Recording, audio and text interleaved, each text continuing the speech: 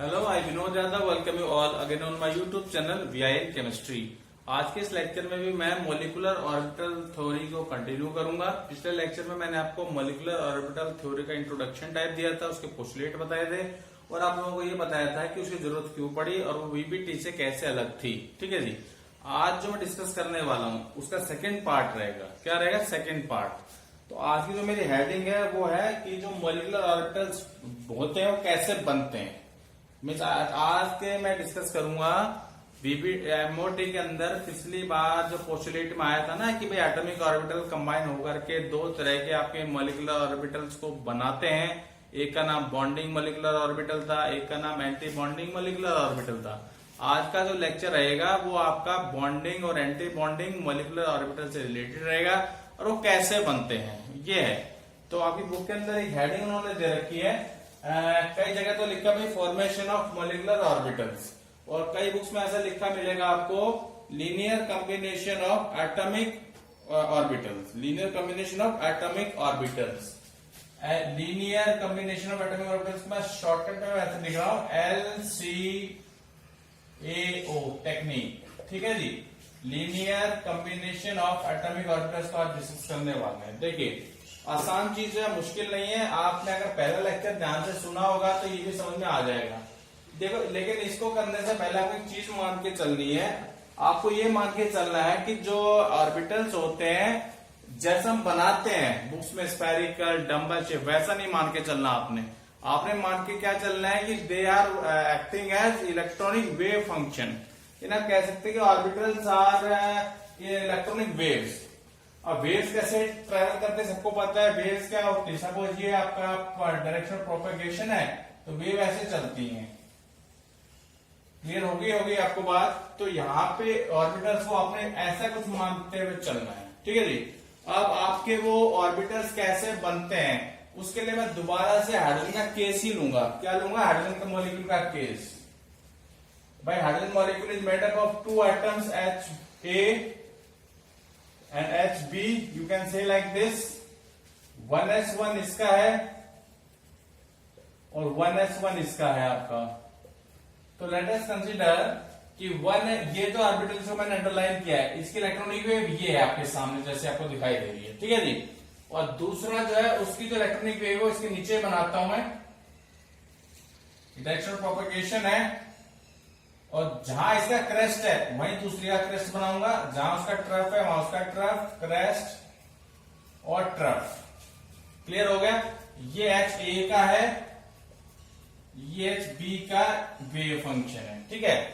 तो देखो अगर ये दोनों जब क्रेस्ट के नीचे क्रेस्ट होगी और ट्रफ के नीचे ट्रफ होगा तब क्या होगा वो समझना आपने। देखो यहाँ पे तो जहां पे होगी एडिटिव इंटरफेरेंस। क्या होगी? Additive interference. मतलब क्रेस्ट जाके क्रेस्ट में जाएगा, ट्रफ आएगा ट्रफ में, क्रेस्ट दोबारा ट्रफ में जाएगा, क्रेस्ट आएगा क्रेस्ट में। इसलिए प्लस का साइन मैंने लगाया।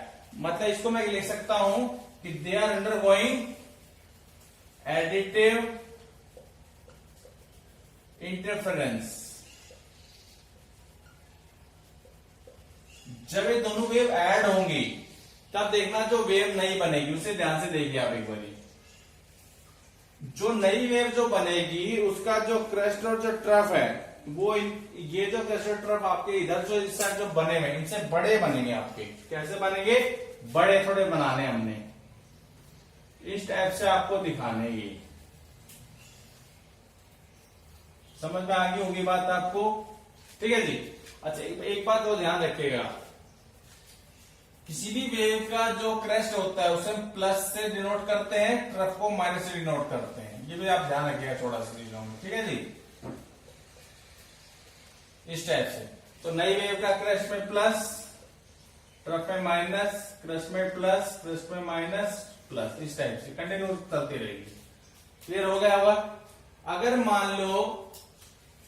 मान लीजिए ये दोनों जो वेव्स हैं, एक और केस बता रहा हूं अब। तो यहां पे क्या होगा आपका, दूसरे केस में क्या होगा वो समझिए एक बारी।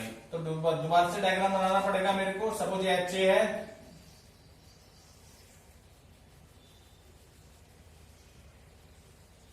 इस टाइप से प्लस माइनस प्लस माइनस आगे चलती रहेगी, ठीक है। अगला ये हो गया एच ए, एक और बनाते हैं। अब जब हम यहां तो क्या था, मैंने ऐड कराए थे दोनों, they are showing additive interference. इस बार मैं क्या दिखाने वाला हूं, इस बार मैं दिखाने वाला हूं आपको सबट्रैक्टिव इंटरफेरेंस। सब्ट्रैक्ट करवाना है, उस केस में क्या करना चाहिए, ध्यान से देखना। ऊपर वाला जो वेव है उसका जो क्रस्ट है, तो नीचे वाले का क्या होना चाहिए, ट्रफ होना चाहिए। इस टाइप से आपको दिखाना है, इस टाइप से, ठीक है जी। यानी माइनस प्लस माइनस प्लस, मतलब साइन अपोजिट होना चाहिए आमने सामने। जब साइन अपोजिट होंगे आमने सामने तो नई जो वेव बनेगी उसके जो क्रस्ट और ट्रफ होगा इन दोनों से कम दिखाने आपने, तो उसे हम ऐसे दिखा सकते हैं। देखिएगा,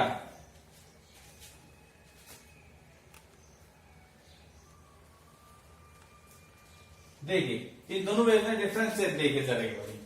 वहां पे क्रस्ट और ट्रफ बड़े बनाए हैं, यहां पे आपके क्रस्ट और ट्रफ मैंने छोटे बनाए हैं, ठीक है। तो देखो, जब आपके कोई भी दो वेव फंक्शन ऐड होकर के नई वेव्स बनाएंगे, भाई एटॉमिक ऑर्बिटल फर्स्ट था, एटॉमिक ऑर्बिटल सेकंड था, ऐड हो गए तो नया एक नया ऑर्बिटल बना है, उसी का हम कह देते हैं मॉलिक्यूलर ऑर्बिटल। क्या कह देते हैं, मॉलिक्यूलर ऑर्बिटल। और ये भी एक मॉलिक्यूलर ऑर्बिटल ही है,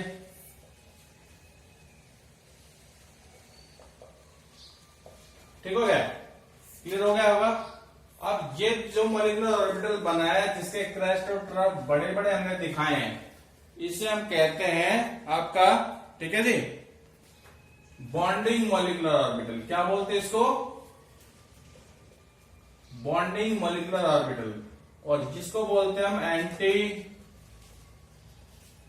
बॉन्डिंग मॉलिक्यूलर ऑर्बिटल। तो ये थोड़ा सा स्टार्टिंग था, LCAO का बोर्ड भर गया है, इसको मिटाना पड़ेगा मेरे को, फिर आगे चलते हैं। देखिए, इलेक्ट्रॉनिक वेव फंक्शन को रिप्रेजेंट करते हैं साई से, किससे रिप्रेजेंट करते हैं, साई से, क्लियर हो गया। तो देखो, जो आपका मॉलिक्यूलर ऑर्बिटल बना है उसे रिप्रेजेंट करेंगे साई मॉलिक्यूलर ऑर्बिटल से, क्लियर हो गया। तो देखो, जो साई मॉलिक्यूलर ऑर्बिटल आपका जो बना है उसकी ओवरऑल इक्वेशन कुछ ऐसी होगी आपकी, psi A atomic orbital of H A plus minus psi B, ये मॉलिक्यूलर ऑर्बिटल है, ठीक है। अब मॉलिक्यूलर ऑर्बिटल दो तरह के मैंने बताया आपको, एक तो मैंने बताया भाई साई बॉन्डिंग मॉलिक्यूलर ऑर्बिटल, तो यहाँ पे बी से रिप्रेजेंट कर देना इसको। ये कैसे बना था, जब साई ए और साई बी क्या हुए थे, ऐड हुए थे। और दूसरा जो आपका एंटी बॉन्डिंग मॉलिक्यूलर ऑर्बिटल था वो कब बना था, जब साई ए और साई बी क्या हुए थे, सब्ट्रैक्टिव इंटरफेरेंस हुए थे। तो ये तो होगी इक्वेशंस, इसकी क्या हो गई, इक्वेशंस। अब अगर देखिए, एक बात ध्यान रखना, जो बॉन्डिंग मॉलिक्यूलर ऑर्बिटल जो बनता है इसकी जो एनर्जी होती है वो लेस एनर्जी होती है। कैसी एनर्जी होती है, इसकी एनर्जी लेस होती है as compare to these orbitals, as compare to these orbitals. अब क्यों होती है उसको डायग्राम के थ्रू आपको बताऊंगा। और जो एंटी बॉन्डिंग मॉलिक्यूलर ऑर्बिटल होता है इसकी जो एनर्जी होती है ये मोर एनर्जी का होता है as compare to these orbitals, ठीक है। अब मैंने कहा था कि आपको बताऊंगा कि ये लेस एनर्जी का क्यों होता है और ये मोर एनर्जी का क्यों होता है। उसके लिए भी मैं हाइड्रोजन का एक केस लूंगा आपके साथ। किसका केस लूंगा, हाइड्रोजन का केस ही लूंगा। देखिए, ये H2 मॉलिक्यूल आपको पता है, it is made up of HA and HB atoms, ठीक है। तो HA एटम्स जब बॉन्डिंग बनने तो HA का साई ए, HB का साई बी ऐड दिखाने हमने। तो देखो, ये दो आपके एटॉमिक ऑर्बिटल्स हैं, HA HB।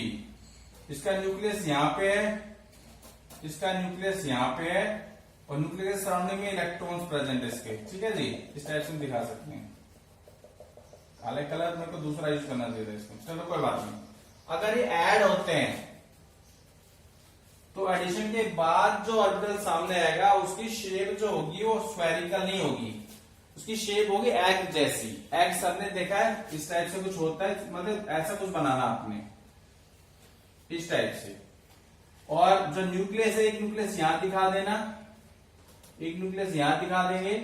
और जो इलेक्ट्रॉनिक क्लाउड जो है, जो इलेक्ट्रॉनिक क्लाउड है वो आपका इन दोनों के बीच में रहेगा। कहां रहेगा? इन दोनों के बीच में शो करना आपने। आप इलेक्ट्रॉनिक क्लाउड जब बीच में आ गया है उससे क्या हुआ? उससे ये हुआ जो न्यूक्लियस हैं दो, उनके बीच में रिपल्शन कम रहेगा। रिपल्शन कम रहेगा तो एनर्जी अपने आप कम हो जाएगी, मतलब ये स्टेबल है। एक तरह से हम कह सकते हैं कि ये स्टेबल है। और जब रिपल्शन कम होगा तो ऑब्वियसली एनर्जी कम होगी आपकी। और ये चीजें काम आएंगी आपको कि इसकी एनर्जी कम दिखानी इनके मुकाबले, इसकी एनर्जी ज्यादा दिखानी इनके मुकाबले, जब हम आपको अगले लेक्चर में इलेक्ट्रॉनिक कन्फिगरेशन सिखाएंगे तब। क्लियर? और लेकिन अगर मैं इनकी बात करता हूं, जब ये डिस्ट्रक्टिव इंटरफेरेंस शो करेंगे उस केस में क्या होगा? इस डायग्राम उसको देखिएगा एक बार, यही चेंज कर देते हैं। देखिए उस केस में डायग्राम आपने कुछ ऐसा बनाना है जैसा मैं बनाऊंगा, आपने इस तरीके से दिखाने हो डायग्राम, इस टाइप से। क्लियर? इसका न्यूक्लियस यहां पे, इसका न्यूक्लियस यहां पे है, और ये इसका इलेक्ट्रॉन क्लाउड यहां दिखा देना, इसका इलेक्ट्रॉन क्लाउड आप यहां से दिखा देना। मेरा कहने का मतलब है कि जो न्यूक्लियस है उनके बीच में एक नोडल प्लेन है, एक नोड प्रेजेंट है, इलेक्ट्रॉन्स नहीं है। इलेक्ट्रॉन्स ना होने की वजह से क्या होता है? इसके जो न्यूक्लियस थे उनमें रिपल्शन ज्यादा होगी, और रिपल्शन ज्यादा का मतलब क्या है? उनकी एनर्जी ज्यादा हो जाएगी and they are less stable. यहां तक की बात समझ में आ गई होगी आपको? ठीक है। तो जो एडिटिव इंटरफेरेंस से बनता है उसको हम कहते हैं बॉन्डिंग मॉलिक्यूलर ऑर्बिटल, और जो डिस्ट्रक्टिव इंटरफेरेंस से बनता है उसे हम कहते हैं एंटी बॉन्डिंग मॉलिक्यूलर ऑर्बिटल। अब मैं आपको बताऊंगा इनके डिफरेंसेस बॉन्डिंग और एंटी बॉन्डिंग के। ठीक है जी? तो ये डिफरेंसेस आपके बॉन्डिंग और एंटी बॉन्डिंग मॉलिक्यूलर ऑर्बिटल्स के अंदर आपको थोड़ा ध्यान रखना है। जैसे अभी जो बताया वहीं से लिए गए डिफरेंस। पहला क्या है? ये बताया गया कि भाई they are formed by additive interference of atomic orbital wave functions. ठीक है? और इसका उल्टा उसमें हो जाएगा, they are formed by subtractive interference of atomic orbital wave functions. दूसरा, इनमें कोई नोड नहीं थी, आपको ध्यान, मैंने हाइड्रोजन केस में बनाया था, कोई नोड नहीं था, स्फेरिकल था पूरा पूरा। इनमें एक नोड मैंने आपको दिखाई थी। क्लियर? और जब पी वाले बनेंगे तो उसमें और भी नोड्स आ जाएंगे आपके, देखना। Third, they have less energy, they have more energy. Less energy क्यों बता देता मैंने आपको? क्योंकि उनके न्यूक्लियस दूर है, बीच में इलेक्ट्रॉन से रिपल्शन हो नहीं पाती है। और लास्ट वाला क्या है? They have electron density more in between two nuclei. इस केस में electron density is less in between two nuclei. अब मैं छोटा सा डायग्राम और बना के आपको बता देता हूं जो आपका ये एनर्जी से रिलेटेड है इनकी, कि वो कैसे आपको शो करने। ठीक है? छोटा सा यही बना देते, देखिए आराम से आपको समझ आ जाएगा।